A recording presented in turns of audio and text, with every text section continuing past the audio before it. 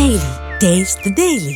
పాలమూరు జిల్లాకు వెలుగులు తీసుకురావాలని, ఈ జిల్లా దేశానికి ఆదర్శంగా అభివృద్ధి జరగాలని మనస్ఫూర్తిగా ఆలోచన చేస్తూ ఆకాంక్షిస్తూ ఆ దిశగా ప్రణాళికలు సిద్ధం చేసుకొని ఈనాడు ట్రిపుల్ ఐటీ కావచ్చు లేదా మహబూబ్ నగర్ జిల్లా ముఖ్యంగా పట్టణ కేంద్రంలో వందలాది కోట్ల రూపాయల అభివృద్ధి కార్యక్రమాలను ఈ రోజు మనం ప్రారంభించుకోవడం జరిగింది. మిత్రులారా, మీకందరికీ తెలుసు, పాలమూరు జిల్లా అంటే కష్టానికి మారు పేరు. ఈ దేశంలో ఎవరు ప్రాజెక్టు కట్టాలన్నా అది ఇక్కడ కట్టే శ్రీశైలమా, నాగార్జున సాగరా, ఎస్ఆర్ఎస్పీ కాదు. ఈ దేశంలో ఏ మూలకు సాగునీటి ప్రాజెక్టులు కట్టాలంటే తట్ట పని, పార పని, మట్టి పని పాలమూరు బిడ్డలే బాగా చేస్తారని ప్రసిద్ధి. ఈనాడు ఈ జిల్లా వెనుకబడడానికి కారణం ప్రధానంగా సాగునీటి ప్రాజెక్టులు పూర్తి కాకపోవడం. రెండవది, ఈ జిల్లాలో విద్యా అవకాశాలు లేకపోవడం వల్ల, చదువుకోకపోవడం వల్ల నిరక్షరాస్యత కూడా మన ప్రాంతానికి ఒక శాపంగా మారింది.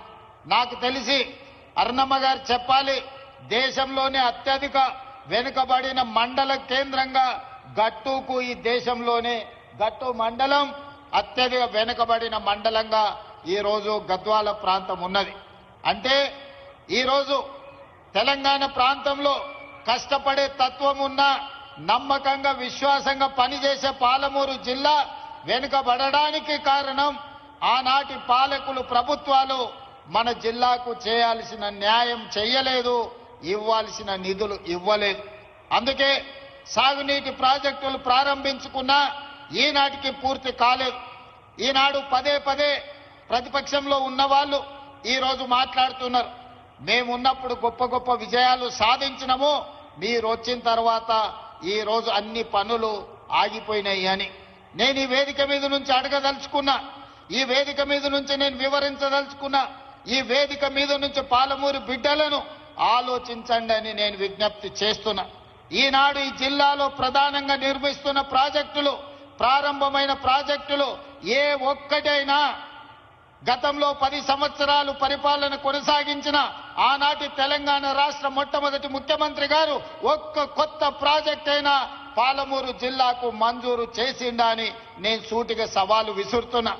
ఈనాడు ఈ జిల్లాలో కడుతున్న ప్రాజెక్టులు, నిర్మాణం అర్థాంతరంగా ఆగిపోయిన ప్రాజెక్టులు భీమా కావచ్చు, నెట్టంపాడు కావచ్చు, కోయిల్ సాగర్ కావచ్చు, జూరాల కావచ్చు, లేకపోతే పాలమూరు రంగారెడ్డి ఎత్తిపోతలు కావచ్చు, కల్వకుర్తి కావచ్చు, ఈ రోజు కట్టిన శ్రీశైలం, పూర్తయిన నాగార్జున సాగర్ కావచ్చు, ఏ ఒక్క ప్రాజెక్ట్ అయినా కల్వకుంట్ల చంద్రశేఖరరావు గారు ముఖ్యమంత్రిగా ఉన్నప్పుడు ఈ జిల్లాకు మంజూరు చేసిండా? మీరు ఒక్కసారి ఆలోచన చేయండి. ఈనాడు నేను సూటిగా ఆనాటి ముఖ్యమంత్రి నేను సవాల్ చేయదలుచుకున్నా, మీరు అనుమతులు ఇచ్చిన ప్రాజెక్టు కానీ, మీరు మంజూరు చేసిన ప్రాజెక్టు ఈ జిల్లాలో ఒక్కటైనా ఉందా మీరు చూపించండి. పాలమూరు రంగారెడ్డి ఎత్తిపోతల గురించి పదే పదే మాట్లాడుతున్నావు కదా, మొన్నటి శాసనసభలో పూర్తి వివరాలను బయటపెట్టిన మొట్టమొదటిసారి విఠల్ రావు గారి ప్రాజెక్టు గురించి డాక్టర్ వైఎస్ రాజశేఖర రెడ్డి గారికి విజ్ఞప్తి చేసిండ్రు. ఆ తర్వాత రాజశేఖర రెడ్డి గారి మరణంతో ఆగిపోయిన పాలమూరు రంగారెడ్డి డికే అరుణ గారు మంత్రిగా ఉన్నప్పుడు కిరణ్ కుమార్ రెడ్డి గారికి తీసుకెళ్లి ఎన్ఎం శ్రీనివాసరెడ్డి లాంటి శాసనసభ్యులు సంతకం చేసి ఆనాడు ఉమ్మడి రాష్ట్రంలో పాలమూరు జిల్లాకు పాలమూరు రంగారెడ్డి ఎత్తిపోతల పథకాన్ని 2013లో మంజూరు చేయించడం జరిగింది. మరి తెలంగాణ రాష్ట్రం వచ్చిన తర్వాత పూర్తి చేయాల్సిన ప్రాజెక్టులు 10 సంవత్సరాలు ఎందుకు పూర్తి చేయలేదు అని చెప్పి ఈ రోజు నేను వారిని అడగదలుచుకున్నా. ఈ రోజు మా గురించి మాట్లాడుతున్నావు కదా, పాలమూరు రంగారెడ్డి ఎత్తిపోతల పథకానికి 25,000 కోట్ల రూపాయలు కాంట్రాక్టర్లకు బిల్లులు ఇచ్చినవు తప్ప ఉద్దండాపూర్ భూసేకరణకు ఈ రోజు ఎందుకు రైతులకు నష్టపరిహారం ఇవ్వలేదు అని నేను అడుగుతున్నా. మా అనిరుద్ధ్ వచ్చి అడుగుతున్నాడు, అన్నా ఉద్దండాపూర్ రైతు బాధితులకు, ముంపు బాధితులకు నువ్వు పెంచినావు, కొంత నిధులు విడుదల చేసినావు, మిగతావి నువ్వు విడుదల చేస్తే నువ్వు విడుదల చేస్తా అని చెప్తే నేను రైతులకు వెళ్ళి చెప్పుకుంటా అని చెప్పి ఈ రోజు ఎమ్మెల్యే గారు అడుగుతున్నారు. ఈనాడు బీమా కావచ్చు, సంగం బండలో ఒక బండ వలగొడితే 12 కోట్ల రూపాయలు ఇస్తే 10,000 ఎకరాలకు నీళ్లు వచ్చేది, 10 గ్రామాలకు నీళ్లు వచ్చేది. 10 కోట్ల రూపాయలు కూడా నువ్వు ఇయ్యకపోతే సంగం బండలో బండ వలగొట్టలే. కానీ నేను ముఖ్యమంత్రి అయిన తర్వాత సంగం బండ వలగొట్టడానికి నిధులు ఇచ్చిన. ఇవాళ భూసేకరణకు సంబంధించి కసిరెడ్డి నారాయణ రెడ్డి వేదిక మీదనే ఉన్నాడు. శాసన మండలి సభ్యుడు ఉన్నప్పుడు ప్రయత్నం చేసిండు. కల్వకుర్తి ఎత్తిపోతల భాగంగా భూసేకరణకు నిధులు మంజూరు చేయండి, చివరి ఆయకొట్టైన కీర్తిశేషులు జైపాల్ రెడ్డి గారి సొంత మండలం మాడుగుల వరకు నీళ్లు వస్తాయని నిధులు అడిగితే ఆనాడు ఆ నిధుల మంజూరు జరగలే.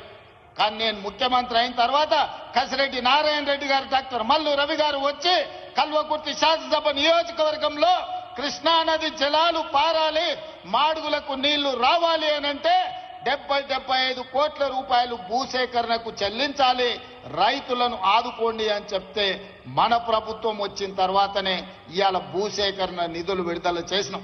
ఉద్దండాపూర్కి నిధులను విడుదల చేసినాం. ఈనాడు మనం ఏదైతే చర్చ జరుగుతున్నదో మక్తల్ నారాయణపేట రాలే. ఆనాడు చిట్టెం నర్సిరెడ్డి గారు, రాజశేఖర రెడ్డి గారు ముఖ్యమంత్రి ఉన్నప్పుడు కర్ణాటక సరిహద్దుల్లో ఉన్న మక్తల్ నారాయణపేట కొడంగల్ ఎత్తైన ప్రాంతం. ఈ ప్రాంతానికి నీళ్లు రావాలంటే ఎత్తిపోతల పథకం ద్వారానే వస్తాయి. భీమా ఎక్స్టెన్షన్ ప్రాజెక్టు కింద నిధులు మంజూరు చేయించమని చిట్టం నర్సిరెడ్డి గారు అడిగారు. కానీ వారు మరణించడం, రాజశేఖర రెడ్డి గారు మరణించడంతో ఆ ప్రాజెక్ట్ ఆగిపోయింది.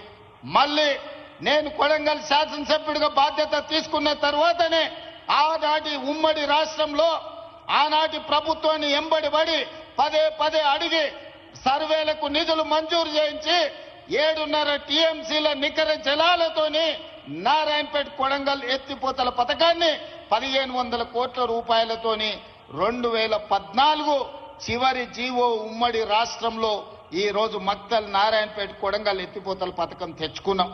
నేను అడుగుతున్న ఈనాడు గతంలో 10 సంవత్సరాల అధికారంలో ఉన్న మీరు ఎందుకు మాకు అన్యాయం చేసిరు? ఆనాడు మీ మక్తలైనా, నారాయణపేట అయినా, కొడంగల్ అయినా మీ పార్టీ ఎమ్మెల్యేలనే గెలిపించిండు కదా, మహబూబ్ నగర్ పార్లమెంట్ లో మీ పార్టీ ఎంపీనే గెలిపించిండు కదా, మరి వివక్ష ఎందుకు చూపించిందని నేను ఈ రోజు అడగదలుచుకున్నా. అందుకే మిత్రులారా, శ్రీహరి గారు ఎమ్మెల్యేగా అయిన తర్వాత, డాక్టర్ పర్ణిక ఎమ్మెల్యేగా అయిన తర్వాత, తిరిగి తెలంగాణలో నేను ముఖ్యమంత్రిగా బాధ్యత చేపట్టిన తర్వాత మక్తల్ నారాయణపేట కొడంగల్ ఎత్తిపోతల పథకాన్ని నిధులు ఇవ్వడమే కాకుండా మంజూరు చేసి నిన్నగాక మొన్న 96% భూమి పోయే రైతులను ఒప్పించి మెప్పించి మా మిత్రుడు మంత్రి శ్రీహరి గారు, శివకుమార్ రెడ్డి ఇద్దరు అక్కడ రైతులతో మమేకమయ్యి నష్ట పరిహారం 100% 100 రోజుల్లో ఇప్పించి ఈనాడు ప్రజల యొక్క అభిప్రాయ సేకరణ కూడా 100% అనుకూలంగా ఇవాళ ప్రజల్ని ఆమోదింపజేసింది. మేము ఉండబట్టి, ఈ జిల్లా వాడిని కాబట్టి ఈనాడు ఈ ప్రాంతంలో ఉండే సమస్యల్ని, ఈ రైతుల కష్టాలను అర్థం చేసుకొని, అది కల్వకుర్తి పథకమైన జూరాల దగ్గర బ్రిడ్జ్ కావాలి, జూరాల కట్ట తెగిపోయేటట్టుంది, ఆ ప్రాంతంలో ఎక్కువగా ప్రయాణం చేస్తుండ్రు, దానికి కొత్త బ్రిడ్జ్ కావాలి అని కృష్ణమోహన్ రెడ్డి గారు, శ్రీహరి అడిగితే 123 కోట్ల రూపాయలతోని జూరాల బ్రిడ్జ్ను కాపాడడానికి ఇవాళ ఒక కొత్త బ్రిడ్జ్ను మనం మంజూరు చేసుకోవడం జరిగింది. మిత్రులారా, ఇవాళ ఆలోచన చేయండి. ఈ జిల్లాలో ఉన్న పాత్రికేయ మిత్రులకు నేను విజ్ఞప్తి చేస్తున్నా, మీరందరూ కూడా ఈ జిల్లాలోనే పుట్టి, ఈ జిల్లాలోనే పెరిగిన పాలమూరు బిడ్డలే. ఈ ప్రాంతంలో ఉన్న ఏ ఒక్క ప్రాజెక్ట్ అయినా 10 సంవత్సరాల ఆనాటి ప్రభుత్వం ఎందుకు పూర్తి చేయలే? ఇవాళ పొంకనాలు కొడుతున్న మంత్రులు ఆనాడు మంత్రులుగా పనిచేసిరు. ఏ ఒక్క రోజైనా కేసీఆర్ దగ్గరికి వెళ్లి ఈ ప్రాజెక్టులు పూర్తి చేయి, మా పాలమూరుకు నిధులు ఇవ్వండి అని ఏ ఒక్క రోజైనా అడిగినరా? అడిగే ధైర్యం మీకు ఉన్నదా? కనీసం అనుమతి లేకుండా ముఖ్యమంత్రి గారి దగ్గరికి వెళ్తే ఫామ్ హౌజుల కన్నా మిమ్మల్ని రానిచ్చిండా? ఇవాళ మీరొచ్చి పనులు చేస్తున్న మమ్మల్ని తప్పులు పట్టే ప్రయత్నం చేయడం అంటే మీ చేతగాని తనాన్ని కప్పిపుచ్చుకోవడానికి, ఆ చెత్త ప్రచారాన్ని మా మీద చెయ్యడానికి మీరు ప్రయత్నం చేస్తున్నారు. అందుకే మిత్రులారా, ఈనాడు జిల్లా ప్రజలకు నేను విజ్ఞప్తి చేయదలుచుకున్నా. ఇవాళ మనకు మొట్టమొదటి ముఖ్యమంత్రిగా హైదరాబాద్ రాష్ట్రానికి బూరుగుల రామకృష్ణారావు గారు బాధ్యత వహిస్తే 75 సంవత్సరాల తర్వాత అదే తట్ట పని బట్టి పని పార పని చేసే పాలమూరు బిడ్డకి ఈ రోజు రెండవసారి తెలంగాణ రాష్ట్రానికి ముఖ్యమంత్రి అయ్యి ఈ జిల్లా సమస్యల్ని తీర్చే అవకాశం వచ్చింది. వాళ్ళ కడుపు మంట అంతా గదే.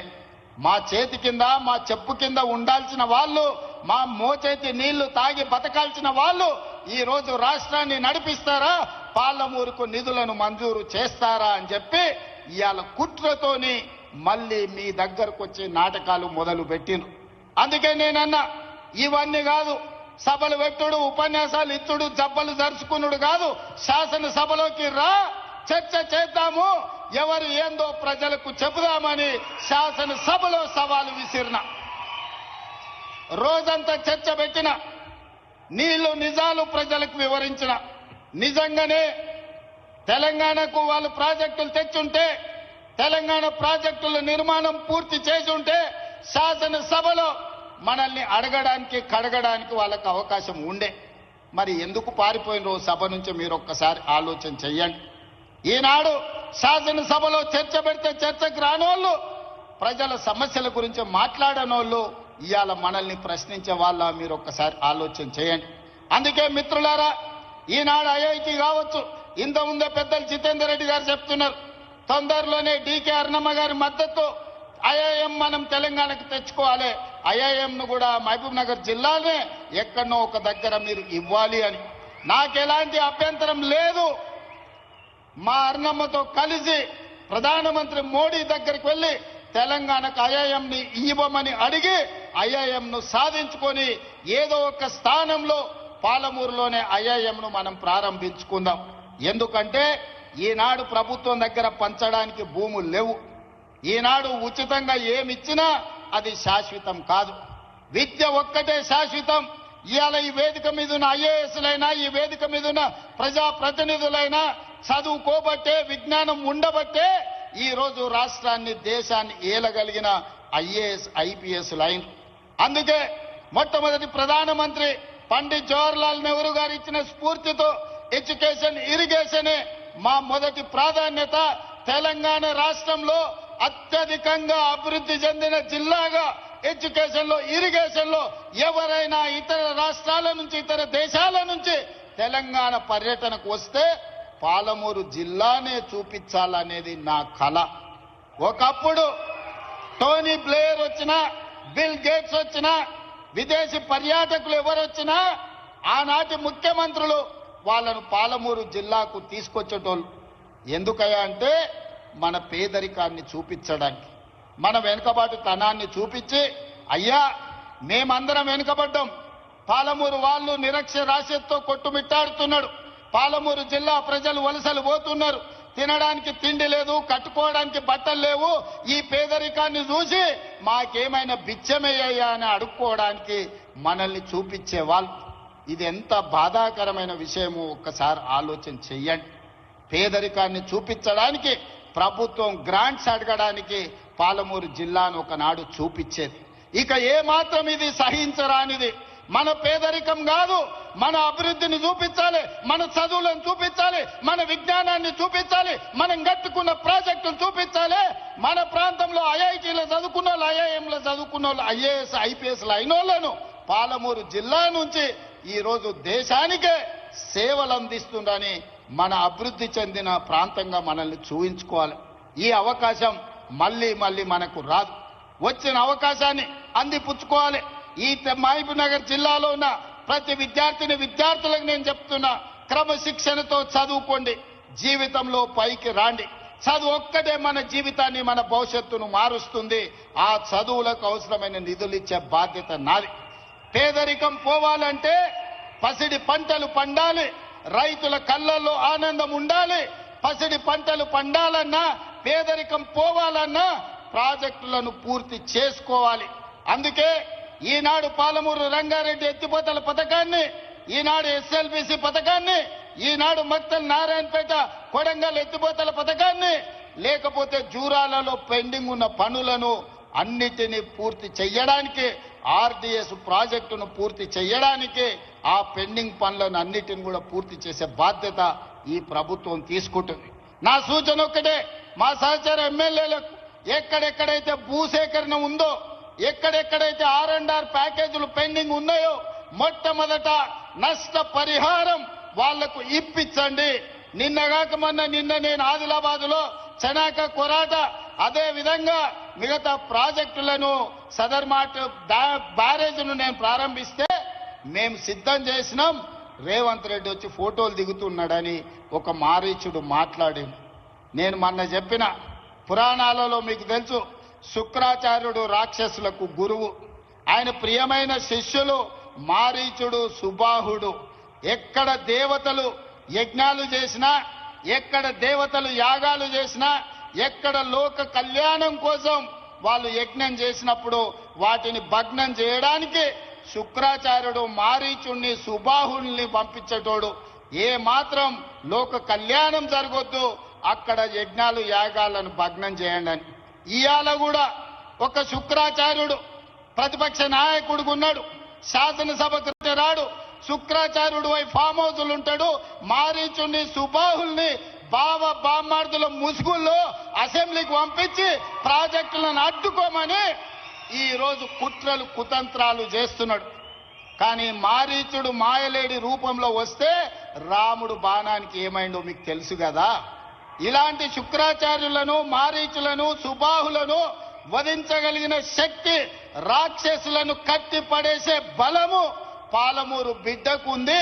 మాకు వ్యూహము తెలుసు, ఎత్తుగడ తెలుసు, దెబ్బకు దెబ్బ తీయడం కూడా తెలుసు. ఆనాడు చెల్లిందేమో పెద్దలు జైపాల్ రెడ్డి గారు, జానారెడ్డి గారు ఉన్నప్పుడు. ఈనాడు అది చెల్లదు. మాకు తెలుసు ఎవరు ఎట్లొస్తారో, ఏ రూపంలో వస్తారో, ఏ మారు వేషంలో వచ్చినా, మాయలేడి రూపంలో వచ్చినా పాలమూరు జిల్లాలు ప్రజలు గుర్తుపడతారు, కర్రు కాల్చి వాత పెడతారు. మీరు ఎలాంటి ఆశలు పెట్టుకోకండి. ఇవాళ ఆయన చెప్తుండు మేము గొప్పలు చేసినామని, మేము అభివృద్ధి చేసినామని, మేము పరిశ్రమలు తెచ్చినామని, మేము ఉద్యోగాలు ఇచ్చినామని, మేము ప్రాజెక్టులు కట్టినామని, భూములకు నీళ్లు ఇచ్చినామని. నేను ఒక్కటే మాట్లాడగదలుచుకున్నా. 10 ఏళ్ళు 20 లక్షల కోట్లు మీ చేతులకు వచ్చినాయి. అవి ఎక్కడికి పోయినావో లెక్క చెప్పలే. ప్రాజెక్టులు కట్టుంటే మీరు కట్టిన కాళేశ్వరం 3 ఏళ్లలోనే కూలేశ్వరం అయిపోయింది. 1,00,000 కోట్లు ఖర్చు పెట్టిన ప్రాజెక్టు అక్కడున్నది.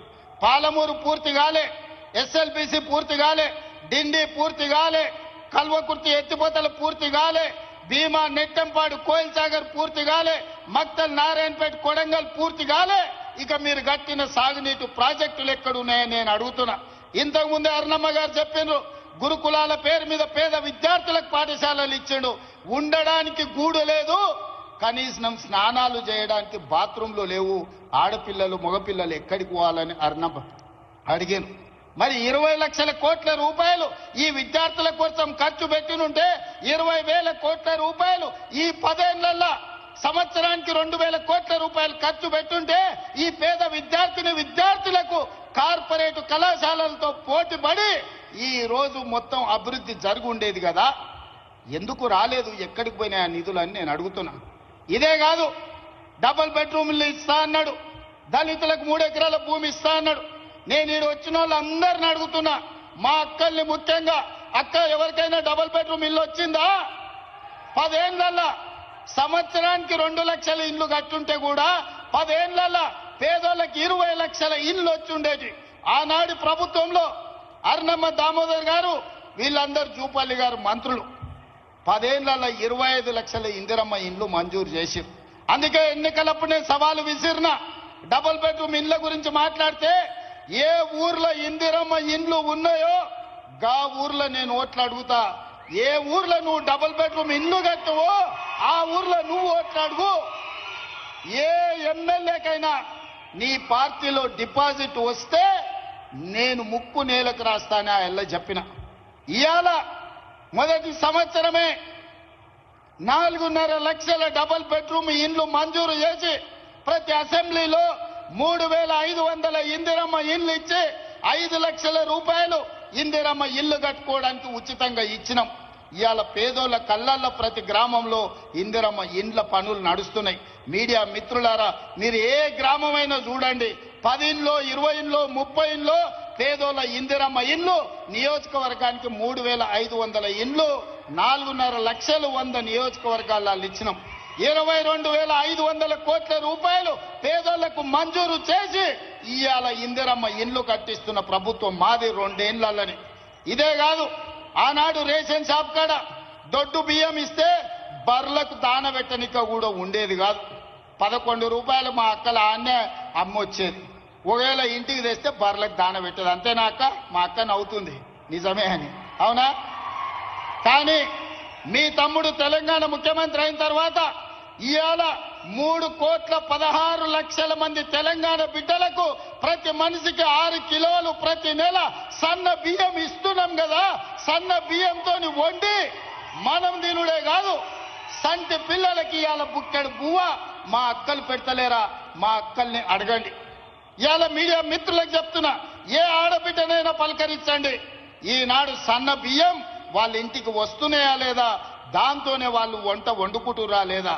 ఆ ఎల్లా సన్న బియ్యం 60 రూపాయల కేజీ ఉండే, మేము ఇయ్యడం మొదలు పెట్టినాక ఇవాళ మార్కెట్లో 45 రూపాయలకే వచ్చినాయి సన్న బియ్యం బజార్లో కొనుక్కోవాలంటే. ఇదే కాదు, ఆ ఎల్లా బతుకమ్మ చీరలు అన్నాడు, మీ బతుకులు బాగుపడతాయన్నాడు. చీరలు ఇయ్యంగానే మా అక్కలు తీసుకొచ్చి జొన్నసేన్ల కడ పిచ్చలకు అడ్డం కట్టేది బెదిరింపుల కోసం. ఎన్నడన్నా మా అక్కలు ఆ చీర కట్టుకున్నారా? మా ఆడబిడ్డలు ఈయనే ఉన్నారు, మీరు ఇంటర్వ్యూ చేయండి వరుస పెట్టి. మొన్న మేమిచ్చినాం ఇందిరమ్మ చీరే. ఆడబిడ్డకు చీర పెట్టుడంటే సారె పెట్టినట్టని మీ సోదరుడిగా నేను 65 లక్షల ఆడబిడ్డలకు తెలంగాణ గ్రామీణ ప్రాంతంలో 65 లక్షల ఇందిరమ్మ చీరల పంపిణీ చేసిన, ఇంటింటికి చీర పంపించిన. పట్టణాలలో 35 లక్షలు మళ్ళీ పంచబోతున్నాయి. ఎందుకంటే పరిశ్రమలు తయారు చేసి ఇవ్వలేదు. 1 కోటి మంది ఆడబిడ్డలకు ఇందిరమ్మ చీరలు సారె పేరు మీద ఈ రోజు నేను పంపించిన. చాలా మంది కెమెరాలలో కనిపిస్తున్నారు ఇందిరమ్మ చీరలు కట్టుకొని ఈ సభకు మా ఆడబిడ్డలు వచ్చింది. పండుగ పూట నాడు ఆడబిడ్డ సంతోషంగా కట్టుకునే చీర పుట్టింటి నుంచి పెట్టే చీర. అట్లాంటి చీరలలో కూడా సూరత్ నుంచి కిలోలలో కొనుక్కొచ్చి కమిషన్లు కొట్టేసిన నీతి జాతి నీది. ఆడబిడ్డల చీరలు కూడా వదలని జాతి నీది దోసుకున్నావు. నువ్వు మా గురించి మాట్లాడే. భూమి ఉన్నోళ్లకు ఉచిత కరెంటు ఆనాడు వైఎస్ రాజశేఖర రెడ్డి గారు మొదలుపెట్టిండ్రు. పేదలు పట్టణాలలోనే పోయినప్పుడు భూమి ఉన్నోళ్లకు ఉచిత కరెంటు ఉంది, కానీ మా ఇంటి బిల్లు ఎవరు కడతారు నాయన అని అడిగారు.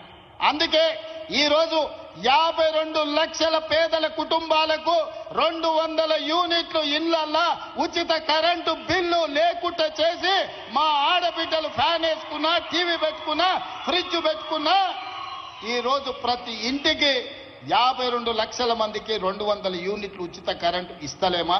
మా రిపోర్టర్లు సోదరులకు కూడా కొందరికన్నా ఈ పథకం అందుబాటులోకి వచ్చే ఉంటుంది.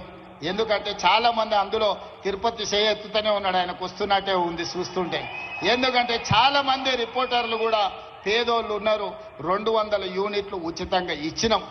ఇట్లా చెప్పుకుంటూ పోతే ఆడబిడ్డలకు మహిళా సంఘాల నాడు పెడితే మహిళా సంఘాలను నిర్వీర్యం చేసి స్వయం సహాయక సంఘాలకు రూపాయి ఉట్టకుట్ట చేసింది.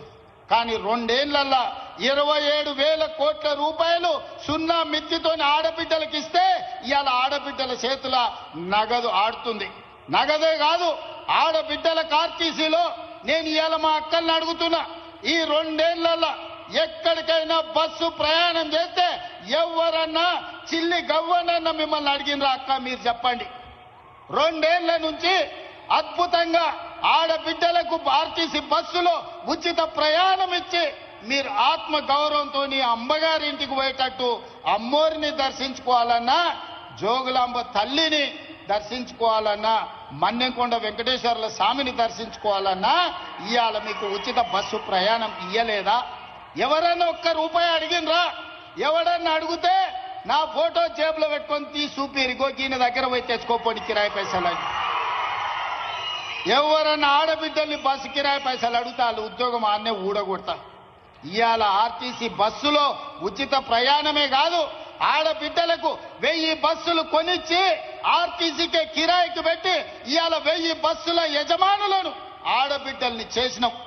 నారాయణపేటలో పెట్రోల్ బంకు నడుపుతామంటే మహిళా సంఘాలకు ఈ రోజు ల్యాండ్ ఇచ్చి పెట్రోల్ బంకులు నడుపుకునేది ప్రతి జిల్లాల ఆడబిడ్డలకి ఇవాళ పెట్రోల్ బంకులు నడపడానికి ఈ రోజు మనం అవకాశం ఇచ్చినాం.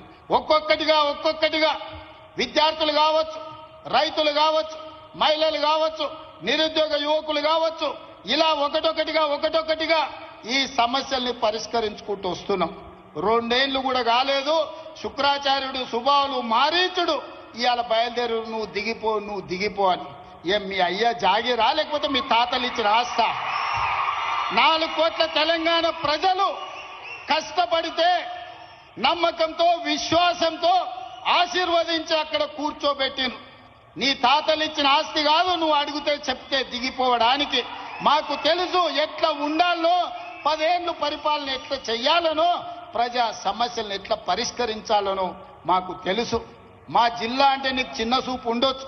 ఎందుకంటే ఎక్కడి నుంచో వలస వస్తే కడుపులో పెట్టుకొని చూసుకొని భుజాల మీద మోసి పార్లమెంటుకు నిన్ను పంపిస్తే పాలమూరులో ఊరు లేకపోయినా పాతకపోయినా మేము నిన్ను చిన్న మాట పల్లెత్తు మాట అనలేదు. కాబట్టి పాలమూరు వాళ్ళంటే నీకు చిన్న చూపు ఉండొచ్చు, కానీ అది మా మంచితనం, మా చేతగాని తనం కాదు. మాకు తెలుసు ఒకవేళ మా చేతగాని తనం అని ఎవడైనా మమ్మల్ని చిన్న చూపు చూస్తే మా పాలమూరు పౌరుషం ఏందో కర్రు కాల్చి ఎక్కడ వాత పెట్టాలనో మాకందరికీ తెలుసు. అందుకే ఇవాళ ఒక్క మాట సూటిగా ఈ వేదిక మీద నుంచి చెప్పదలుచుకున్నా. నువ్వు పడావ పెట్టిన ప్రాజెక్టులు, నువ్వు బడికి నిధులు ఇవ్వకపోవడాన్ని ఇవాళ సమస్యల్ని పరిష్కరించి ముందుకు వెళ్తున్నాం. నచ్చితే వచ్చి ఆశీర్వదించు, నచ్చకపోతే నీ ఫామ్ హౌస్లో నువ్వు విశ్రాంతి తీసుకో. అంతే తప్ప మారు వేషాలలో మారీచులను పంపితే ఇక్కడ చూస్తూ ఊరుకునేవాడు ఎవడు లేడు. అందుకే మిత్రులారా, ప్రతి 2-3 నెలలకు వస్తూనే ఉంటా. మా ఎమ్మెల్యేలందరికీ, మా ఎంపీలందరికీ కూడా ఇంతకుముందే పెద్దల అరుణమ్మ గారు చెప్పినారు, ఎన్నికలప్పుడు నా ఓటమికి మా అందరూ ప్రయత్నం చేసిండ్రని. నేనేం దాపరికం లేదు. నేను నిలబడితే కూడా అన్ని మీటింగులు చేయను, అంతకంటే ఎక్కువ మీటింగులు మహబూబ్నగర్ ఎంపీ కోసం, వంశీచంద్ర రెడ్డిని గెలిపించడం కోసం తిరిగిన. ఒకవేళ నేనే నిలబడితే 4 మీటింగులు చేస్తోని, కానీ వంశీచంద్ర రెడ్డిని గెలిపించాలి, మా అరుణమ్మను ఓడగొట్టాలని 14 మీటింగులు పెట్టిన మహబూబ్నగర్ పార్లమెంట్లో. కానీ ప్రజలు వారిని ఆశీర్వదించారు, గెలిపించారు. ఎన్నికలు అయిపోయినాయి. ఎన్నికల తర్వాత రాజకీయాలు లేవు, కుట్రలు కుతంత్రాలు లేవు. ఈ దేశానికి ప్రధానమంత్రి నరేంద్ర మోడీ, మహబూబ్ నగర్ కు పార్లమెంట్ సభ్యులు డీకే అరుణమ్మ, తెలంగాణ రాష్ట్ర ప్రభుత్వంలో మేమున్నాం, కేంద్ర ప్రభుత్వంలో వాళ్ళు ఉన్నారు.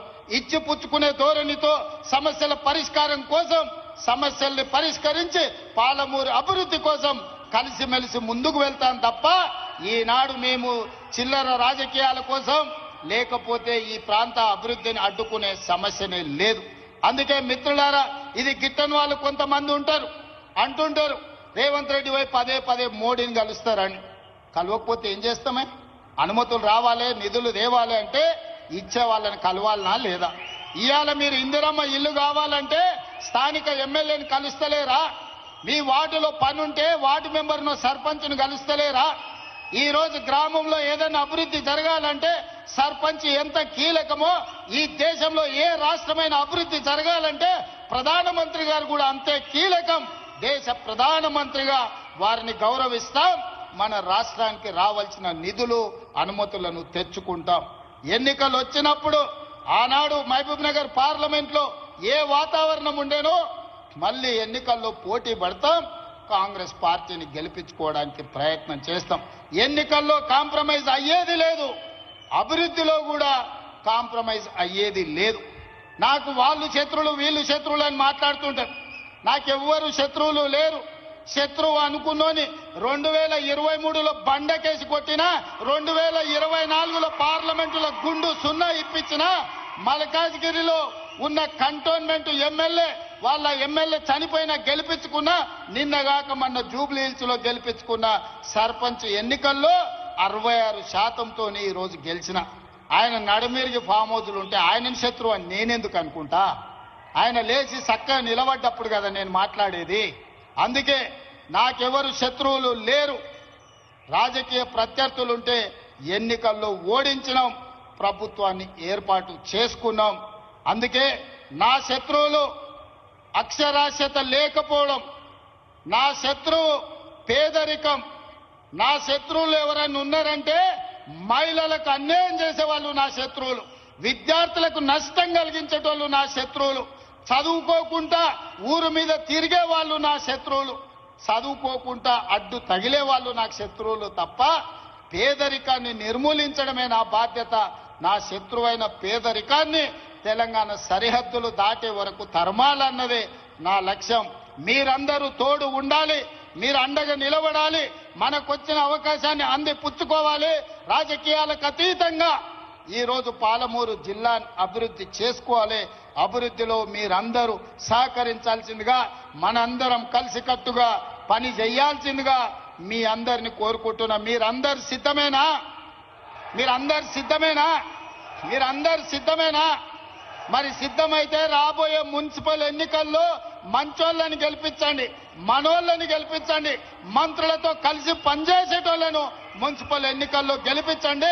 మున్సిపల్ ఎన్నికల తర్వాత మళ్ళీ వస్తా, మిమ్మల్ని కలుస్తా, మళ్ళీ 100 కోట్ల నిధులు తెచ్చి పాలమూరు జిల్లాను అభివృద్ధి చేసే బాధ్యత నాది. మనందరిదని తెలియజేస్తూ మీ అందరి దగ్గర సెలవు తీసుకుంటున్నా. ధన్యవాదాలు మిత్రులారా.